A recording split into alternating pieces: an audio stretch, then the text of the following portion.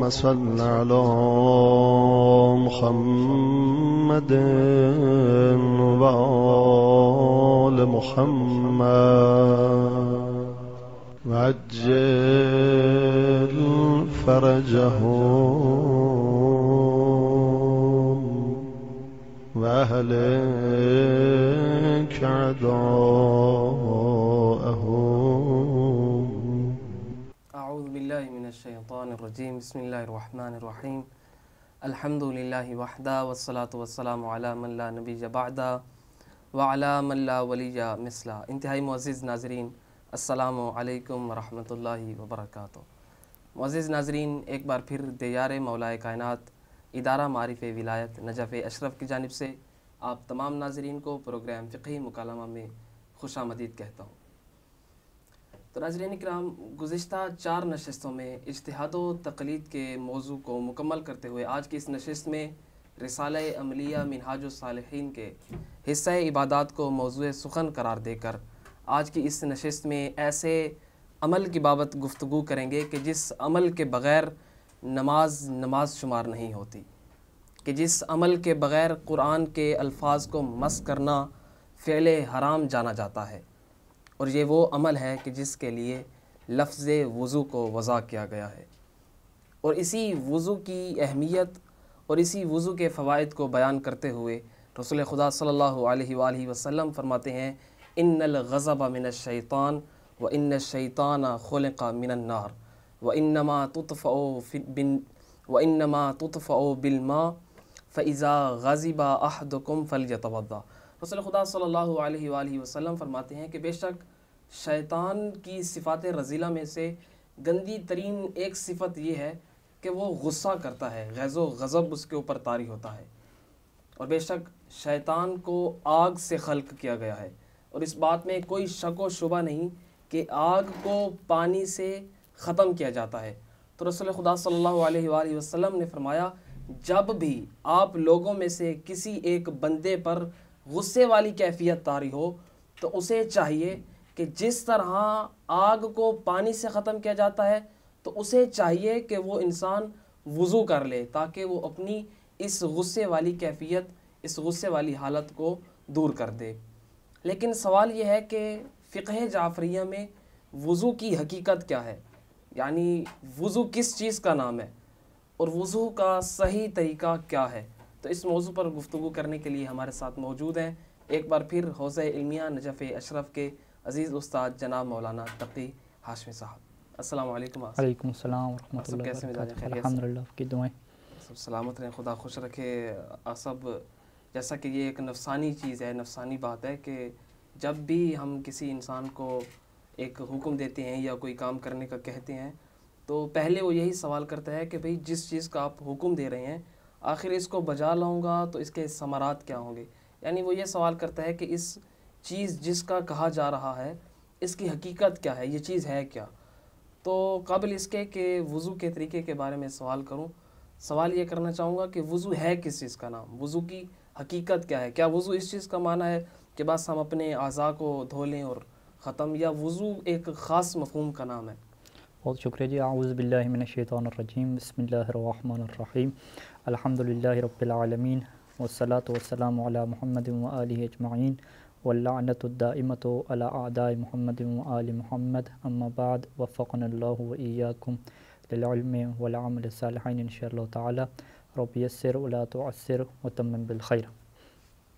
وضو کیا چیز ہے اور وضو کی حقیقت کیا ہے، اس بارے میں بہت ہی وہ دقیق گفتگو فقہا کے درمیان موجود ہے، جس کی وجہ ہے وہ روایات ہیں کہ روایات میں اختلاف اور روایت کی وجہ سے جو سمجھنا ہے ہر فقیہ کا وہ الگ طرح سے ہے، کیونکہ اللہ تعالیٰ نے ہر انسان کو ذہنی صلاحیت الگ عطا کی ہے.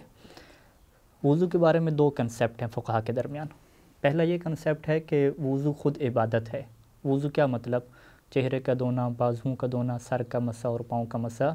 یہ جو دھونا اور مسح کرنا ہے یہ خود ایک عبادت ہے، اللہ نے اسے عبادت کہا ہے. اور جو دوسرا کنسیپٹ ہے کہ نہیں، یہ دھونا جو ہے اور مسح کرنا یہ عبادت نہیں ہے. عبادت اس کے بعد کی نام کی ایک چیز ہے. وہ بعد کے نام کی چیز کیا ہے کہ انسان کی روح کو ایک طہارت مل جاتی ہے. انسان ایک طہارت کی کیفیت میں آ جاتا ہے اور نفسیاتی اور روحانی طور پہ ایک اس کی روح میں تبدیلی واقع ہوتی ہے کہ جس سے ہم کیا کہتے ہیں؟ طہارت کہتے ہیں۔ تو اس نظریے کی بنیاد پہ، دوسرے نظریے کی بنیاد پہ وضو جو ہے وہ طہارت کو حاصل کرنے کا ایک مقدمہ اور ایک وسیلہ ہے، خود وضو جو ہے وہ عبادت نہیں ہے۔ اور آیت اللہ سید سستانی خدا ان کی حفاظت فرمائے، طول عمر ان کو نصیب فرمائے، اور دیگر کچھ فقہا، ان کا نظریہ یہ ہے کہ روایات ائمہ علیہم السلام سے جو بات سمجھ آتی ہے وہ یہ ہے کہ وضو خود عبادت نہیں ہے، وضو خود مستحب نہیں ہے، بلکہ وضو کے بعد یہ جو کیفیت انسان کو حاصل ہوتی ہے جسے ہم طہارت نفسانی کہتے ہیں، یہ مستحب کام ہے۔ یعنی شریعت یہ چاہتی ہے کہ انسان طہارت کو حاصل کرے اور اس طہارت کو حاصل کرنے کا ایک سبب اور ایک وسیلہ کیا ہے؟ وضو ہے۔ اس کو اگر ہم ناظرین کے لیے مزید واضح کرنا چاہیں اس مقدمہ کی اصطلاح کو، جیسے کہ ہمیں اس بات کا علم ہے کہ زیارت امام حسین علیہ السلام کے لیے اٹھایا گیا قدم اور سفر کیا گیا، جو بھی انسان سفر کرتا ہے قدم اٹھاتا ہے، وہ قدم خود زیارت نہیں ہے، وہ قدم زیارت کا ایک مقدمہ ہے کہ زیارت سے پہلے آپ کو یہ قدم طے کرنے پڑیں گے تو تبھی آپ زیارت امام حسین تک پہنچ سکیں گے۔ اب یہ جو قدم ہے، یہ قدم کیا ہیں؟ عبادت ہیں۔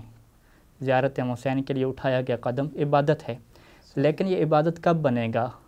اس وقت یہ عبادت بنے گا کہ جب انسان کے ذہن میں یہ بات ہو کہ میں یہ قدم اس وجہ سے اٹھا رہا ہوں تاکہ میں اس کے بعد زیارت امام حسین علیہ السلام کو انجام دوں۔ اسی طریقے سے وضو جو ہے یہ کب عبادت بنے گا؟ چہرے کا دھونا، بازوؤں کا دھونا، سر کا مسح، پاؤں کا جو مسح ہے، یہ کب عبادت بنے گا؟ کہ جب انسان کے ذہن میں یہ ہو کہ مجھے نفسیاتی طہارت حاصل ہو۔ تو کیونکہ اس کی یہ وجہ ہے کہ انسان جب وضو کی حالت میں نہیں ہوتا تو انسان کے نفس کے اندر ایک حدث ہوتا ہے، اور اس حدث کو دو قسموں میں تقسیم کیا جاتا ہے۔ ایک کو ہم حدث اصغر کہتے ہیں اور ایک کو حدث اکبر کہتے ہیں۔ اور حدث کا تو لغت اور ڈکشنری میں تو اس کا اور معنی ہے، اس کا مطلب کوئی واقعہ، کوئی حادثہ ہے، لیکن جو روایات اہل بیت علیہ السلام میں یہ جو تعبیر استعمال کی گئی ہے اس سے ہمیں یہ پتہ چلتا ہے کہ جب انسان وضو کی حالت میں نہیں ہوتا تو اس کی روح کے اندر ایک نجاست ہوتی ہے، جس سے فقہا کیا کہتے ہیں؟ نجاست معنویہ کہتے ہیں یا نجاست حکمیہ کہتے ہیں۔ یعنی وہ نجاست کی دو قسمیں کرتے ہیں، ایک نجاست ظاہریہ ہے جیسے خون ہے، پیشاب ہے، یہ ظاہری نجاست ہے، اور ایک نجاست معنویہ ہے کہ جو ہمیں نظر نہیں آتی، جس کا تعلق ہمارے جسم سے نہیں ہے، جس کا تعلق ہماری روح سے ہے۔ جیسے انسان اگر وضو کی حالت میں نہیں ہے تو وہ ایک نجاست کی حالت میں ہے، باوجود اس کے کہ اس کا جسم پاک ہے، وہ نہایا ہوا ہے، دھویا ہوا ہے، اچھے طریقے سے اس نے اپنا منہ دھو کے رکھا ہوا ہے، وہ صاف ستھرا ہے، بالکل صاف ستھرا ہونے کے باوجود بھی شریعت کیا کہتی ہے کہ نہیں، اس کی روح میں ایک خاص قسم کی نجاست ہے، اور یہ ایک ایسی نجاست ہے کہ اب اس نجاست کی وجہ سے یہ اللہ کی بارگاہ میں اللہ کے سامنے مناجات کے لیے اور عبادت کے لیے کھڑا نہیں ہو سکتا۔ اور میرے سامنے اس وقت روایت ہے کہ جس سے وسائل الشیعہ میں شیخ حر عاملی نے بحار انوار میں، علامہ مسیل الرحمہ میں، اور دیگر کیا ہے محدثین نے اس روایت کو نقل فرمایا ہے کہ جس میں قال النبی صلی اللہ علیہ وآلہ وسلم یقول اللہ تعالی، یعنی پیغمبر اسلام اللہ تعالیٰ سے اس بات کو بیان فرما رہے ہیں کہ جسے ہم حدیث قدسی کہتے ہیں کہ جو قرآن کا حصہ نہیں بنی، کہ جس میں اللہ تعالیٰ یہ فرماتا ہے کہ من احدث ولم یتوضا، کہ جو محدث ہو جائے، من احدث، اب یہاں پہ یہ روایت کے الفاظ ہیں، من احدث یا محدث ہو جائے، کیا مطلب؟ یعنی اس کی نفسیاتی طور پہ، روحانی طور پہ ایک نجاست آ جائے، کہ جو انسان جب وضو کی حالت میں نہیں ہوتا تو وہ ایک اس کے اندر نجاست ہوتی ہے۔ ولم یتوضا، جب یہ بندہ محدث ہو جائے، حدث کا شکار ہو جائے، اور ولم یتوضا، اور وہ وضو نہ کرے تو فقط جفانی، تو اس نے میرے ساتھ جفا کی ہے۔ یعنی اللہ تعالیٰ یہ چاہتا ہے کہ انسان نفسیاتی طور پہ، روحانی طور پہ اس طہارت کی کیفیت کے اوپر باقی رہے، اور یہ جو حدث اور جو نجاست معنوی کی کیفیت ہے اس سے باہر نکلے۔ اب اس روایت میں کیا لفظ حدث کیا استعمال ہوا ہے؟ اسی طریقے سے ایک اور روایت ہے فضل بن شازان کی، امام رضا علیہ السلام سے روایت ہے کہ جس میں امام فرماتے ہیں کہ انما امر بالوضوء وبدأ به لأن يكون العبد طاہرا، کہ وضو کا اس وجہ سے حکم دیا گیا اور اس وجہ سے وضو سے عبادت کی ابتدا کی گئی، لأن يكون العبد طاہرا، تاکہ عبد اور بندہ طاہر بن جائے۔ اس کا مطلب ہے کہ وضو اور چیز ہے اور بندے کا طاہر بننا اور چیز ہے۔ تو اس روایت میں بڑے واضح الفاظ میں امام یہ فرما رہے ہیں کہ جو وضو کا امر دیا گیا ہے اس کا مقصد کچھ اور ہے، اس کا مطلب یہ ہوگا کہ انسان جب وضو کرتا ہے تو انسان طاہر بن جاتا ہے. تو اسی وجہ سے سید سیستانی منہاج الصالحین میں اگر آپ جائیں تو وہاں پہ ایک ہیڈنگ دی جاتی ہے جس سے ہم کیا کہتے ہیں، غایات الوضو، کہ وضو کا مقصد. اس میں مسئلہ نمبر 162 ہے. اس میں کیا تعبیر ہے سید سیستانی کی کہ الوضو الرافع للحدث الاصغر، وہ وضو جو حدث اصغر کو ختم کر دیتا ہے. لم یثبت کونہ مستحبا نفسیا، اس وضو کا مستحب نفسی ہونا روایات سے ثابت نہیں ہے، یعنی روایات میں خود وضو مستحب نہیں ہے. پھر کیا مستحب ہے؟ بل المستحب هو الکون علی الطہارۃ، بلکہ مستحب کیا ہے کہ انسان طہارت کی کیفیت میں آ جائے. کون سی طہارت؟ الحاصلۃ بالوضو، جو وضو کی وجہ سے حاصل ہوتی ہے. لہٰذا یہاں پہ ایک وضو کی حیثیت کو واضح کیا کہ انسان یوں کر کے وضو نہ کرے کہ میں چونکہ وضو کرتا ہوں چونکہ یہ عبادت ہے مجھے ثواب ملے گا. پھر سید ثانی مزید کیا لکھتے ہیں کہ فَيَجُوزُ الْإِتْيَانُ بِهِ بِقَصْدِ حُصُولِهَا، بس انسان کے لیے جائز ہے کہ انسان وضو کو انجام دے لیکن نیت کیا ہو، اس کا قصد کیا ہو، بِقَصْدِ حُصُولِهَا، اس کا مقصد یہ ہو کہ اسے طہارت حاصل ہو جائے. لہٰذا اگر ہم اس چیز کو پریکٹیکل کریں تو ہم یہ کریں گے کہ اگر ایک انسان وضو کر رہا ہے اور ہم اس سے سوال کریں کہ بھی آپ نے وضو کیوں کیا، وہ کہے کہ اس وجہ سے وضو کیا کیونکہ وضو کرنا عبادت ہے، وضو ایک عبادت ہے، تو ہم کیا کہیں گے؟ نہیں، یہ آپ کی بات درست نہیں ہے، آپ کی نیت ہی درست نہیں ہے، وضو آپ کا باطل ہو جائے گا. کب؟ کہ جب وہ بندہ مسئلے کی طرف متوجہ ہو. اور اس سے ہم کیا کہیں گے کہ وضو آپ کا کب ٹھیک ہوگا؟ کہ جب آپ کی نیت یہ ہوگی کہ وضو کے بعد مجھے طہارت حاصل ہوگی. کون سی طہارت؟ جسم کی طہارت نہیں، وہ جو روحانی اور باطنی طہارت ہے وہ حاصل ہوگی. لہٰذا اسی وجہ سے سید ثانی نے اس ہیڈنگ کو لکھا کہ وضو جو ہے مستحب کب بنے گا؟ کہ جب اس کا مقصد کیا ہو، مستحب ہو. وہ ایک مقصد کیا ہے؟ طہارت باطنی کا حاصل ہونا. ایک مقصد کیا ہے؟ قرآن مجید کی تلاوت کرنا. اور اسی طریقے سے وضو واجب بھی ہو جاتا ہے لیکن کب؟ وہ بھی بطور مقدمہ کے. مثال کے طور پہ اگر وضو کرے اور مقصد کیا ہو کہ نماز پڑھنی ہے تو پھر یہ کیا کہلائے گا؟ وضو واجب کہلائے گا. اور اسی طریقے سے وضو کرے اور مقصد کیا ہو؟ قرآن مجید کی لکھائی کو ہاتھ لگانا، کتابت کو مس کرنا، تو پھر یہ وضو کیا کہلائے گا؟ واجب کہلائے گا. تو لہٰذا اس نقطے کو جو ہے وہ سمجھنے کی ضرورت ہے اور اس کے اوپر دقت کی ضرورت ہے تاکہ انسان جو ہے وہ صحیح طریقے سے عبادت کر سکے. یعنی اگر کوئی بندہ کہتا ہے کہ چھوڑیں جی یہ کیا مولویوں کی باتیں ہیں، حالانکہ یہ سارے روایات ائمہ علیہم السلام کی باتیں ہیں، تو ہم کہیں گے کہ نہیں، اس کی وجہ سے مشکل میں آپ پڑھ سکتے ہیں. کیونکہ جب وضو کا مستحب ہونا ثابت نہیں ہے، آپ تو ظاہری بات ہے نہ حدیث کو سمجھ سکتے ہیں نہ قرآن مجید کو سمجھ سکتے ہیں، اور آپ کے نظریے کے مطابق آیت اللہ سید سیستانی جو ہیں وہ ایسے فقیہ ثابت ہو چکے ہیں کہ جو روایات کا زیادہ علم رکھنے والے ہیں، حدیث کو سمجھنے میں سب سے زیادہ ماہر ہیں. تو جب انہوں نے یہ فرما دیا کہ ہم نے جو روایات کا مطالعہ کیا ہمیں یہ سمجھ آئی کہ وضو عبادت ہی نہیں ہے، وضو عبادت کا ایک مقدمہ ہے، تو اگر اس کے باوجود آپ کہتے ہیں نہیں وضو مستحب ہے، میں وضو کو عبادت سمجھ کے انجام دے رہا ہوں، تو آپ بہت بڑے گناہ کا ارتکاب کر رہے ہیں. وہ گناہ کیا ہے کہ آپ یہ کہنا چاہتے ہیں کہ اللہ نے وضو کو مستحب کیا ہے، اللہ نے وضو کو عبادت بنایا ہے، جبکہ اللہ نے بنایا نہیں ہے. آپ کے پاس نہ تو وحی نازل ہوئی، نہ امام زمانہ سے آپ کی ملاقات ہوئی، جو آپ کا فقیہ تھا جس نے تحقیق کی اس نے کہا میرے لیے تو ثابت نہیں ہوا. پھر آپ کہاں سے کہہ رہے ہیں؟ پھر قرآن کی آیت آئے گی کہ اللہ اذن لکم ام علی اللہ تفترون، کیا اللہ نے تمہیں اجازت دی ہے کہ تم اللہ کی طرف باتیں منسوب کرو یا تم اللہ کے اوپر بہتان باندھ رہے ہو؟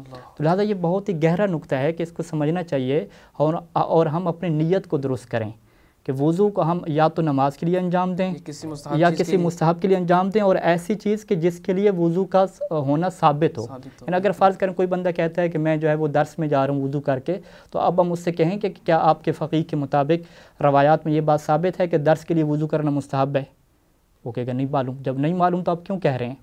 یا ایک بندہ کہتا ہے کہ میں عالم کی محفل میں جا رہا ہوں لہٰذا میں وضو کر لیتا ہوں، تو ہم کہیں گے کیا یہ ثابت ہے روایات میں کہ عالم کی زیارت کے لیے جائیں، عالم کی محفل کے لیے جائیں تو وضو کرنا مستحب ہے؟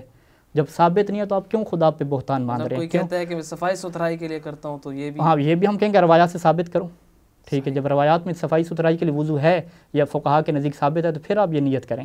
لہٰذا بہترین نیت کیا ہے کہ جب بھی انسان وضو کرے اس کا مقصد جو بھی ہو، انسان نیت میں کیا رکھے کہ وضو کی وجہ سے مجھے نفسانی اور باطنی طہارت حاصل ہوگی.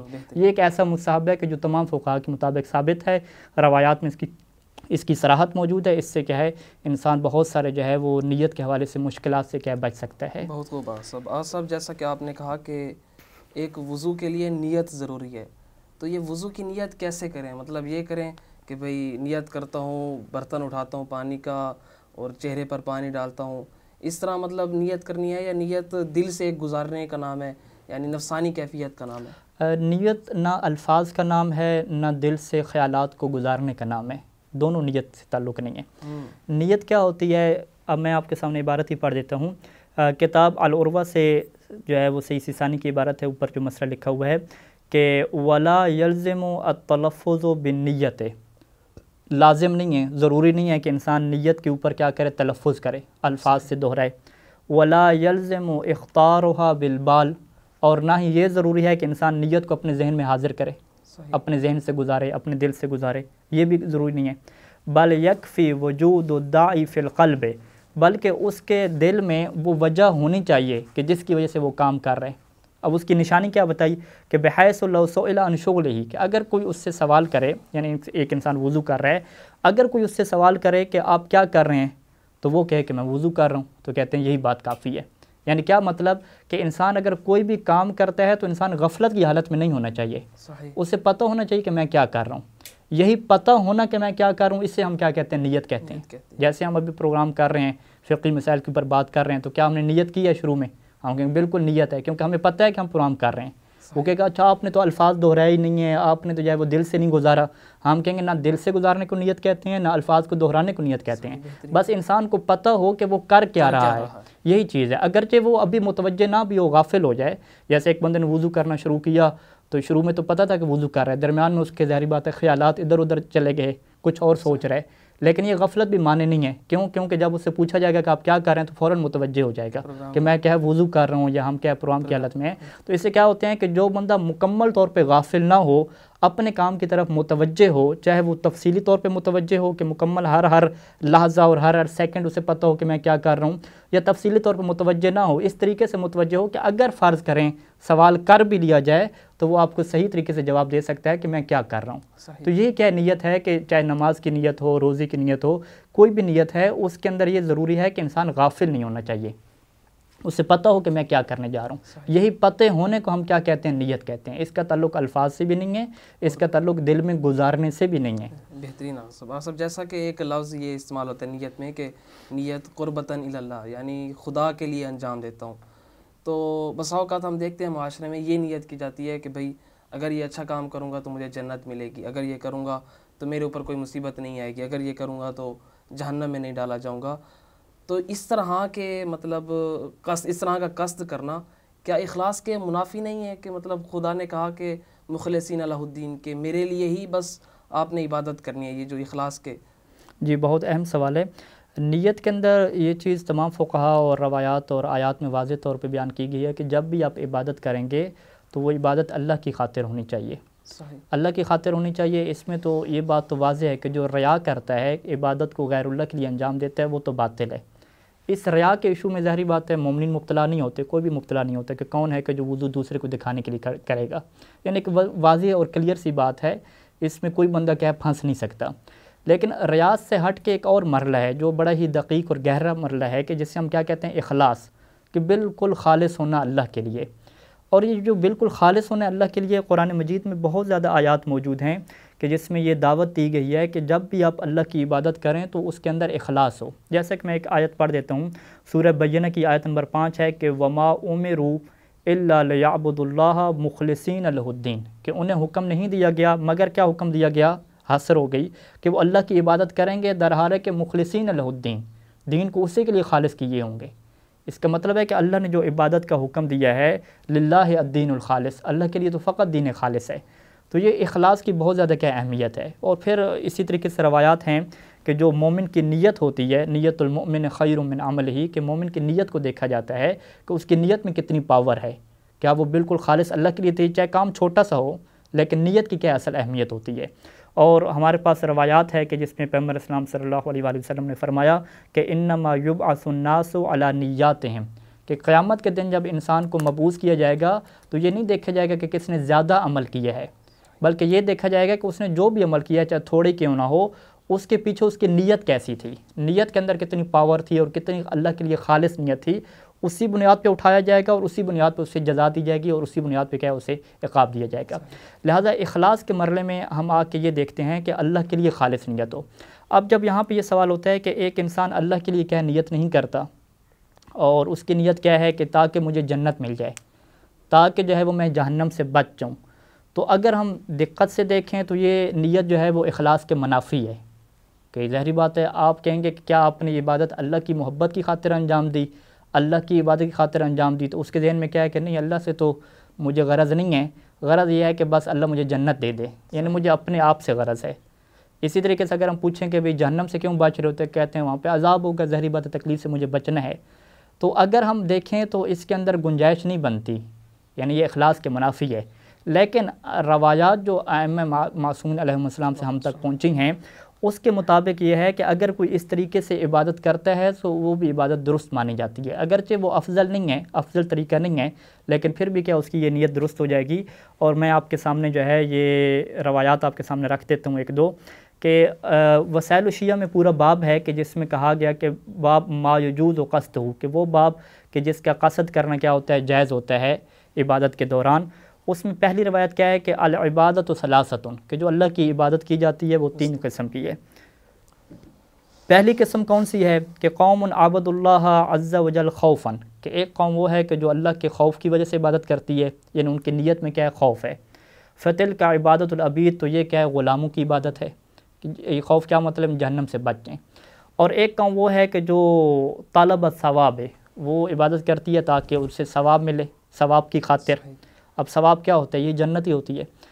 تو فتل کا عبادت الاجراء، تو یہ عبادت کیا ہے، مزدوروں کی ہے، کہ جو ایک پیسے کی خاطر کام کرتے ہیں۔ اور وقوم، اور ایک قوم وہ ہے کہ جو اللہ کی عبادت کرتی ہے حبا لہو، اللہ کی محبت میں۔ اور یہی عبادت کیا ہے، آزاد لوگوں کی ہے۔ پھر امام نے کیا فرمایا، وہی افضل العبادت، اور یہ کیا ہے، افضل ترین عبادت یہی ہوتی ہے۔ اسی طریقے سے یہی بالکل روایت ہے کہ اس کے اندر بھی امام علیہ السلام نے لوگوں کے یہی 3 طبقے فرمائے، اور پھر فرمایا کہ یہ جو لوگ اللہ کی محبت کی خاطر عبادت کرتے ہیں، یہ کیا ہے، وہ ان لوگوں کی عبادت ہے کہ جن کے بارے میں قرآن مجید میں یہ ارشاد ہوا ہے کہ ان کنتم تحبون اللہ فاتبعونی، کہ اگر تم اللہ سے محبت کرتے ہو تو رسول خدا کیا فرما رہے ہیں کہ میری اطاعت کرو، میری اتباع کرو۔ یعنی رسول خدا جو اوامر ہمیں دے رہے ہیں، نواہی دے رہے ہیں، ہم ان کی اتباع کیوں کریں، ان کی پیروی کیوں کریں، ان کو کیوں انجام دیں، ان کنتم تحبون اللہ، اگر تم اللہ سے محبت کرتے ہو۔ تو قرآن کیا کہنا چاہ رہے ہیں کہ تمہاری جو رسول کی اتباع ہے اس کے پیچھے مقصد اور نیت کیا ہونی چاہیے، محبت خدا ہونی چاہیے، کہ اللہ نے تمہیں بنایا ہے چونکہ تم اللہ کو پسند کرتے ہو، تمہارا دل یہ چاہتا ہے کہ تم اپنا سر اللہ کی بارگاہ میں رکھ دو چونکہ وہ لائق عبادت ہے۔ تو اگر اس طریقے سے عبادت کرتے ہو تو پھر امام نے فرمایا کہ یہ لوگ قیامت کے دن جو ہوں گے وہ بالکل امن و امان میں ہوں گے، کہ جس دن کسی کو کیا ہے، امن نہیں ملے گا۔ تو خلاصہ کلام کیا ہوا کہ یہ جو نیت ہے جنت کی لالچ یا جہنم کے ڈر کی، یہ نیت اگرچہ اخلاص کے منافی بن رہی ہے، لیکن اس کے باوجود امام علیہ السلام نے اس کی گنجائش دی ہے کہ اگر کوئی ایسی نیت کرتا ہے تو ٹھیک ہے، ہم کیا اس کی عبادت کو باطل شمار نہیں کریں گے۔ لیکن اس سے ہٹ کے ایک اور چیز ہے کہ جس کو منہاج الصالحین میں بڑے اچھے طریقے سے بیان کی فرمایا سیسی ثانی نے، کہ عبادت کی وجہ سے، چونکہ ہم جانتے ہیں کہ شریعت میں جتنی بھی عبادات ہیں، چاہے وہ روزہ ہے، چاہے وہ حج ہے، چاہے وہ نماز ہے، چاہے وہ وضو ہے، وہ ایسی چیزیں ہیں کہ ان کے میڈیکلی فوائد بھی ہیں، ان کے اور دیگر فوائد بھی ہیں جو انسان کی اپنی ذات کے لیے ہوتے ہیں۔ تو انسان بعض وقت کیا کرتا ہے، ان چیزوں کی بھی نیت ذہن میں رکھ لیتا ہے۔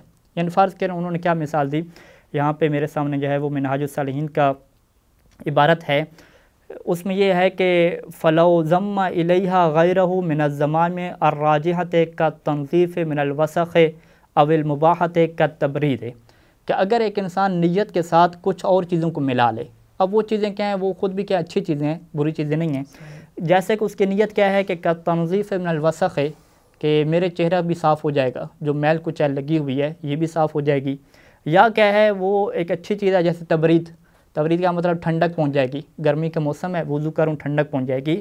تو اب سیسی ثانی کیا فرماتے ہیں کہ اب اس کی نیت میں کیا ہو گئی، مکسنگ ہو گئی۔ مکس اپ کیا مطلب، ایک تو وہ وضو کر رہا ہے، مقصد کیا ہے، چلیں نماز پڑھنی ہے، یا کیا ہے نفسانی طہارت حاصل ہو جائے، یہ تو اچھا مقصد ہو گیا۔ اور یہ مقصد کیوں ہے کہ کیونکہ اللہ کو پسند ہے وضو کرنا، اس لیے میں اللہ کی خاطر کر رہا ہوں۔ لیکن ساتھ مقصد کیا ہے، تاکہ میرا چہرہ صاف ہو جائے، تاکہ میرا جسم فریش ہو جائے۔ جب یہ مقصد اس کے ساتھ اٹیچ آیا تو سیسی ثانی کیا فرماتے ہیں کہ اس کا وضو باطل ہے۔ لہٰذا ضروری ہے کہ اگر وہ اپنے وضو کو بطلان سے بچانا چاہتا ہے اور وضو صحیح کرنا چاہتا ہے تو وہ وضو فقط اللہ کی خاطر کرے، یہ اس کے ذہن میں نہ ہو کہ وضو کر رہا ہوں تاکہ میرا جسم جو ہے وہ صاف ہو جائے، یا مجھے کیا ٹھنڈک مل جائے، فریش ہو جاؤں۔ اگر وہ یہ مقصد رکھے ہوئے ہے کہ مجھے جو ہے وہ چہرے کو ٹھنڈک مل جائے، چہرہ میرا صاف ہو جائے، تو یہ ایک ہی صورت میں بچ سکتا ہے کہ جب یہ جو مقصد ہے کہ جس سے ہم کیا کہتے ہیں عربی میں ضمیمہ، کہ یہ جو اس کا ضمیمہ ہے اس کے اوپر بھی قصد قربت ہو. یعنی اگر اس سے ہم پوچھیں، اگر وہ اپنے آپ سے سوال کرے، ہر انسان اپنے آپ کو بہتر جانتا ہے کہ میں چہرے کی صفائی کیوں چاہتا ہوں، میں فریشنس کیوں چاہتا ہوں، میں ٹھنڈک کیوں چاہتا ہوں، اگر اس کیوں کا یہ جواب ہو کہ چونکہ مجھے خوشی ہوگی، تو پھر تو یہ باطل ہے، کیونکہ یہ اخلاص کے کیا منافی ہے، وضو اس کا باطل ہوگا.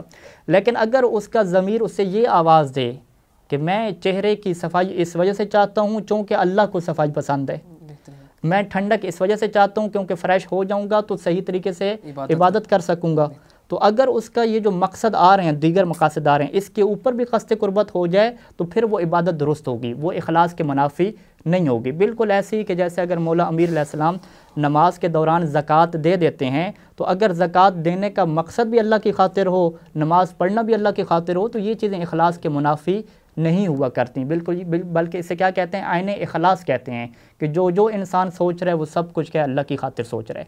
لہذا مومنین کو اور ہم سب کو اپنے ذہن کی تربیت کرنی ہوگی، اپنے آپ کو متوجہ کرنا ہوگا کہ جب بھی ہم عبادت کریں، خصوصاً یہ روزے میں زیادہ اس چیز کا ہوتا ہے، ابھی ماہ رمضان قریب ہے، تو روزے میں انسان کیا کہتا ہے، چلیں جی روزہ بھی ہو جائے گا، ایک تو اللہ کا حکم ہے، اللہ کے حکم کی اطاعت ہو جائے گی، دوسرا کیا ہو جائے گا، تھوڑا معدہ بھی درست ہو جائے گا، صحت بھی مل جائے گی. ٹھیک ہے، اب یہ جو دو مقصد آ رہے ہیں نا کہ معدہ ٹھیک ہو جائے گا، صحت مل جائے گی، یہ اخلاص کے منافی ہے، اس کی عبادت باطل ہو جائے گی. لہذا ضروری ہے کہ جب وہ اپنے معدہ ٹھیک کرنا چاہتے ہیں تو یہ بھی اللہ کی خاطر کرے. بھی کیوں معدہ ٹھیک کرنا چاہتا ہے؟ معدہ ٹھیک ہوگا، جسم درست ہوگا تو میں لوگوں کی خدمت کر سکوں گا، انسانوں کی خدمت کر سکوں گا، علم دین پڑھ سکوں گا، پڑھا سکوں گا، اللہ کی صحیح عبادت کر سکوں گا. تو اس کا مطلب کیا ہے کہ اللہ یہ چاہتا ہے کہ آپ جب بھی عبادت کریں تو آپ کی ہر سوچ، آپ کی ہر نیت، آپ کا ہر خیال فقط اور فقط اللہ کی خاطر ہونا چاہیے. غیر اللہ کا اس میں ذرا برابر بھی کوئی شائبہ نہیں ہونا چاہیے. اور یہ چیز اہم ہے کیونکہ اس کے بغیر پھر وضو آپ کا باطل ہو جائے گا، نماز آپ کی باطل ہو جائے گی. نماز میں جس کا مقصد یہ ہو کہ چلو ورزش بھی ہو جائے، تھوڑا ایکٹیو بھی ہو جاؤں، تو یہ اس کی نماز بھی باطل ہو جائے گی.